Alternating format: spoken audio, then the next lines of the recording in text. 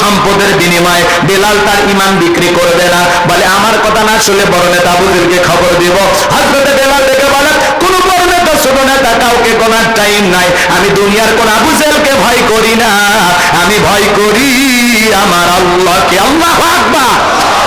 এইবার উমাইয়া দৌড়ে চলে গেল আবু জেহেলের বাড়িতে, যা বলে না তার সংবাদ খুব খারাপ, আমার বাড়ি কি দোলার বেলাল কালেমা পড়ে মুসলমান হয়েছে তাই নাকি? বলে হ্যাঁ ঠিক আছে যাও আমি আসতেছি। আবু জেহেলের সাঙ্গ পাঙ্গ ক্যাডার মাস্তান ছিল, বিশেষ একটা বাহিনী ছিল যাদের কাজই হলো মুসলমানদের উপর নির্যাতন জুলুমের স্টিম রোলার চালানো।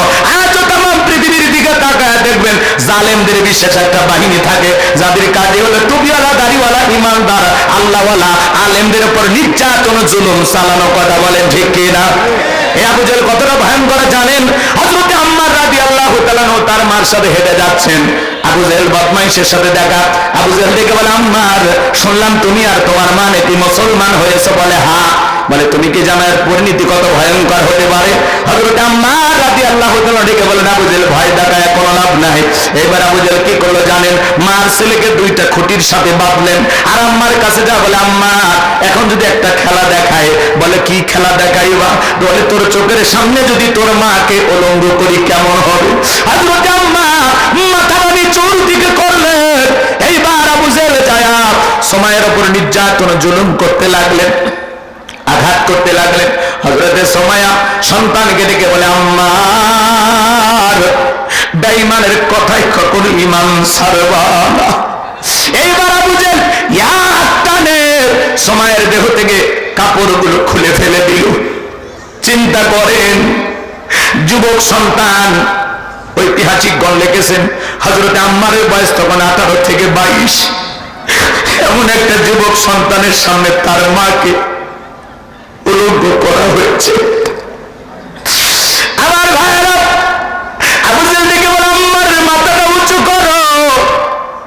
হযরতে আম্মারের মাথা যখন উঁচু করা হলো, আম্মার ডেকে বলে আল্লাহ জমিনটা যদি ফাঁক হয়ে যেত তবুও ভালো ছিল।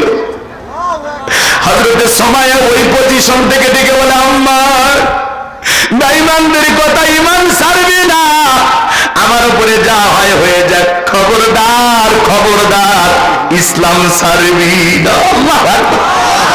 এইবার আবু জেহেল ধারালো বর্ষা দিয়া লজ্জাস্থানে আঘাত করলেন, আঘাতের পর আঘাত করলেন, রক্ত দিয়ে রাজপথ নেগে গেল। সুমাইয়া যখন শাহাদাতের পেয়ালা পান করবেন, ইসলামের প্রথম শহীদ নারী সুমাইয়া সন্তানকে ডেকে বলেন বাবা আমি হয়তো আর বেশিক্ষণ বাঁচবো না, আমি শাহাদাতের পেয়ালা পান করতে যাচ্ছি, আমি আমার নাকে জান্নাতের সুঘ্রাণ পাইতেছি। মরার আগে বলে যায় আম্মা আমার জীবনের পরিণতি যাই হোক, তোমার জীবনের পরিণতি যাই হোক, খবরদার ইসলাম ছাড়বা না। আল্লাহু আকবার। আরেকটু জোরে বলেন আল্লাহু আকবার। সে আবু জেহেল সাঙ্গ পাঙ্গ ক্যাডার মাস্তান নিয়ে চলে গেল বেলালের কাছে, যাইতে বলে বেলাল এইদিকে আয়। এ বেলাল তুমি কি জানো আমি তোমার পার্সোনাল ভাবে মহব্বত করি? বেলাল এসব কি শুনছি তুমি নাকি আব্দুল্লাহর দাদা মুহাম্মদ সাল্লাল্লাহু আলাইহি সাল্লামের কাছে গিয়ে কালেমা পড়ে মুসলমান হয়েছো? হযরতে বেলাল দেখে বলে আবু জেহেল যা শুনেছেন সত্য, আমি গতকাল রাত্রিতে নবীজির হাতে হাত রেখে কালেমা পড়ে মুসলমান হয়েছি, বলুন সুবহানাল্লাহ। আবু জেহেল দেখে বলে বেলাল উত্তম ছাগলের মালিক বানায় দেব, থাকার জন্য ভালো ঘরের ব্যবস্থা করে দেব, ব্যবসা বাণিজ্য যদি করতে চাও দেড়হাম টাকা পয়সা যা লাগে দেব।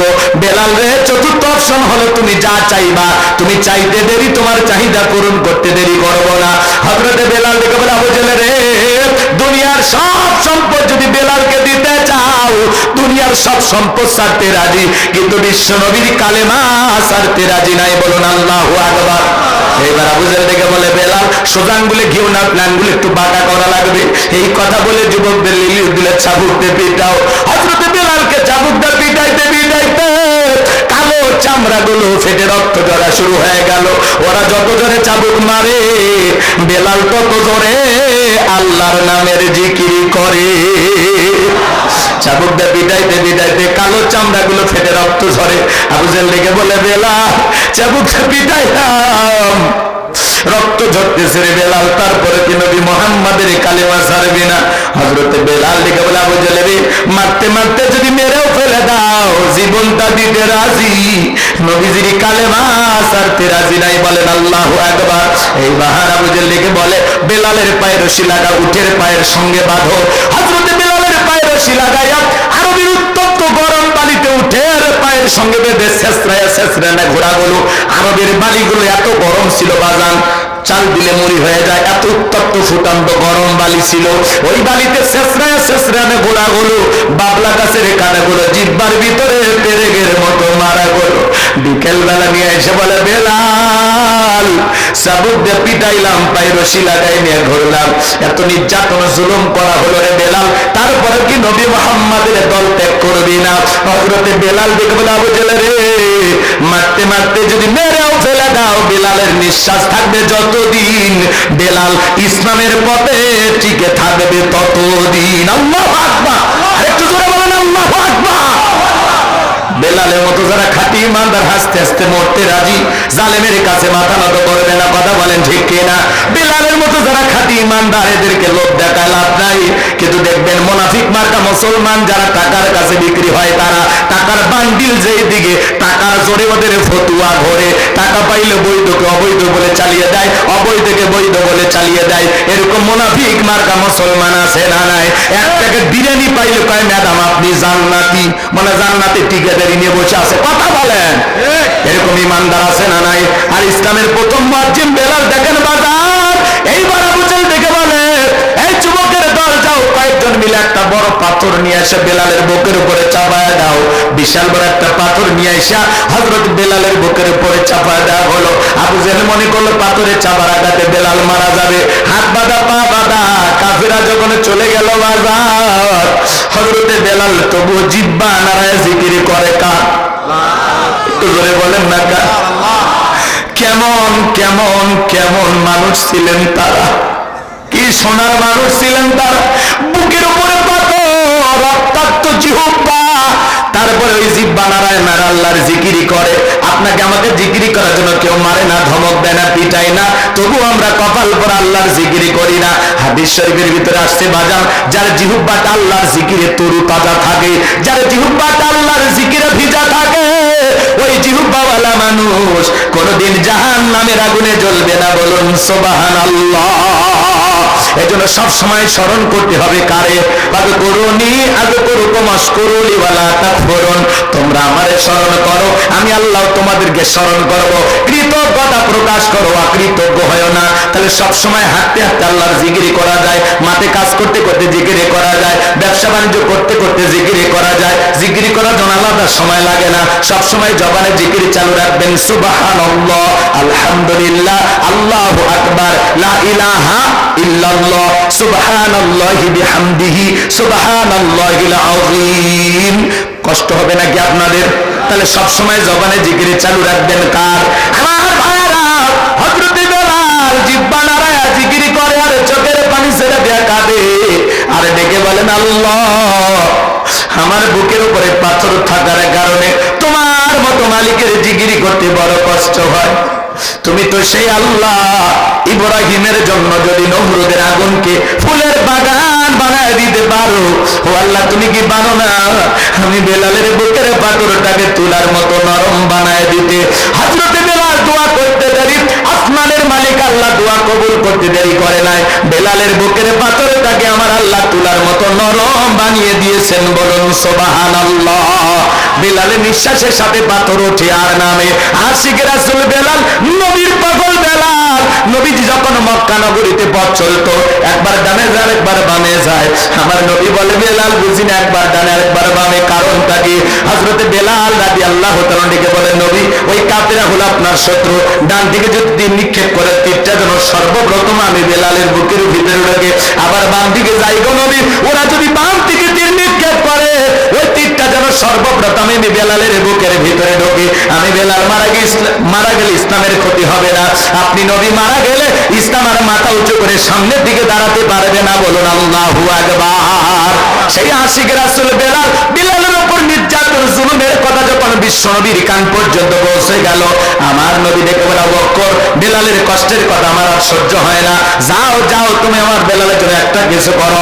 হযরত আবু বকর সিদ্দিক রাদিয়াল্লাহু তাআলা আনহু কয়েক গুণ দাম বেশি দিয়া গোলামের জীবন থেকে হযরত বেলালকে আজাদ করলেন, মুক্ত করলেন। বলুন আল্লাহু আকবার।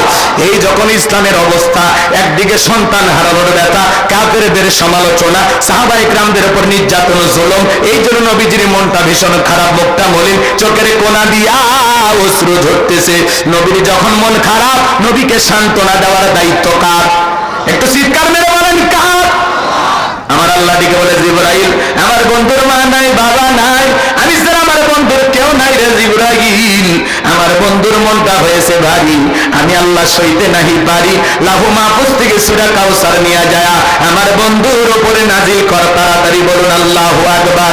নবী আমার ডেকে বলে, আনাস, আমার মনটা কেন খারাপ তোমরা জানো কি? তোমার মুস্কি হাসি দেওয়ার কারণ হলো এই মাত্র আসমান থেকে জিবরাইল এসে আমার উপরে সূরা কাউসার নাজিল করলো।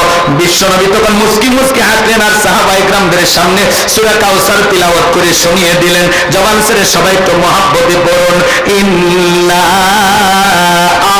আ'তাইনাকাল কাউসার ফাসাল্লি লিরাব্বিকা ওয়ানহার ইন্না শানিয়াকা হুয়াল আবতার। আল্লাহু আকবার। আমার আল্লাহ রাব্বুল আলামিন জানিয়ে দিলেন, ইন্না আ'তাইনাকাল কাউসার, অবশ্যই আমি আল্লাহ পাক আপনাকে হাউজে কাউসার দান করেছি। এ বাজান আমার, এই পৃথিবীর অন্য কোন নবী রাসূলকে আল্লাহ পাক হাউজে কাউসার দান করেন নাই।